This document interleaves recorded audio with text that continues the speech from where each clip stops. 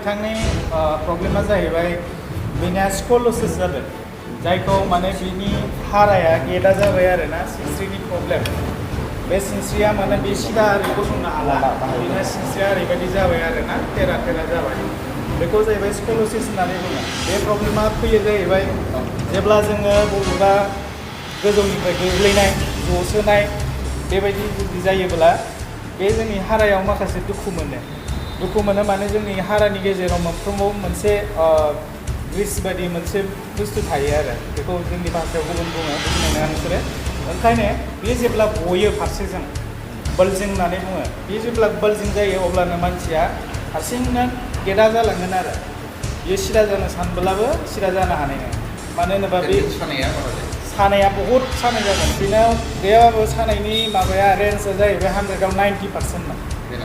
बेना बिथाङा दिनै सानबेसे जागोनलाय सानब्रै दिनैखौ लानानै सानब्रै जागोन जेरैबायदि फैदोंमोन बिथांनि सानाया ओरै दांनो हायामोन आरो ना मोदोमखिनियाव दांनो हायामोन दा बिथांखौ जोङो गासैखौबो दांनानै मबिलाइस खालामनो हायो बिनि मोदोमफोरखौ जोङो मबिलाइस खालामनो हायो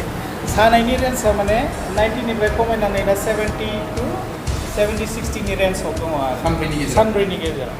दा बिथाङा आरो एसे ट्रिटमेन्टआ गोलाव जागोन मानोना बिथाङा एसे गोबाव सम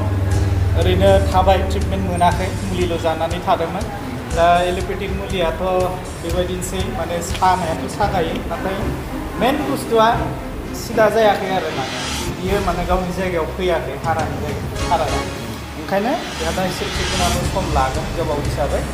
दा नाथाय हामनायखौ मोनगोन आरो बिथाङा हामनायखौ मोनगोन आथिं मिजौनायफोरनि खेत्रआव माबायदि जायो आथिं मिजौनायाबो माखासे रिजन दङ जाहोन दङ जेरै दा जोंना सिनस्रियाव माबा मोनसे प्रब्लेम जाबानो जायफोरना सिनस्रियाव सायो बिहासो आथिं मिजौनाय जायो मानो होनोबा जोंनि बेनिफ्राय फैनाय रोदाया बेनिफ्राय जोंनि खर'निफ्राय ब्रेननिफ्राय फैनाय रोदाया बियो बाहाय फैनानै खावनै जादों नङा होमबा दा खावनै जानाय हिसाबै बेयाव जेब्ला कमप्रेस जायो अब्ला फारसेजों नङाबा फारसेजों बे टिंग्लिं जागोन आरो मिजौनाय मोनगोन बा दै नांबाबो गुसु मोनबाय थागोन बेफोरबायदि माखासे रिजन जानानै फैयो आरो नोंथाङा बे कर्सखौ बबे जायगानिफ्राय सोलोंदों आंथ' बे कर्सखौ दिल्लीयाव लानाय जादों आरो आंनि ट्रेनिंआ पुनेयाव जादों 2017निफ्रायनो 20सिमखौ आं ट्रेनिं बेसिसाव दङमोन प्रेक्टिकेलाव दङमोन दा 2021आव आङो आसामाव फैफिनबाय जोंनि बड'लेण्डआव फैनानै दा बेखौ खुलिना 15-16 मास जाबाय आरो बेंटलावनो आङो 15 मास जाबायमोन दा बाहाय 2 सप्ता मोननै जाबोबाय दा बेखौ नायोबा आङो 16 मास थानाय जाबाय आरो 16 दानसिम आङो बाहाय आसामाव जाफैदों मा खालामोन आरो ओरैबायदि जादोंमोन गारियावनो गाखोनो हायामोन आङो दायोथ' अनेक मोजां दा अनेक मोजाङाव फैबाय आरो दा खामानिखौबो थानो हाया नालाय मावग्रा मानसि एसे मावखानांगौ जाहैबाय ओमफ्राय दा मोजां आरो दायो उन्दुनाय थानाय मोजां ओमफ्राय ओंखामखौबो एसेबो जानो हायामोन इयाव फैनायनिफ्राय ओइ बायला हटेलाव ओंखाम एसे जालांबाय बिनिफ्राय एफा जानो हानाय जाबाय आरो हा जोङो माबा बिजिनि फानबारिनि खुथियापारा हामनाय मोनदों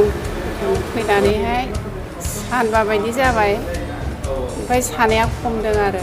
मा जादोंमोन लोरिदोंमोन लोरिनानैहाय माने ओरै डक्टरनाव लांबाबो जाया ओमफ्राय दा पाटनाव थांनानै साबसिन जानानै दङमोन आरो ओमफ्राय बेखौ लाबाय थानांगौ होनबाय नालाय दा सानबाल' जादों औ सानबा जाबाय ओमफ्राय एसे मोजां मोनो ओमफ्राय एसे साबसिनै बिदि जागासिनो दं आरो माने सानबाल' जादों नालाय औ दङ लाबाय थानांगौ दाथ' बुंथ'नो हाया फैबाय थानांगौ आरो खैला मैला औ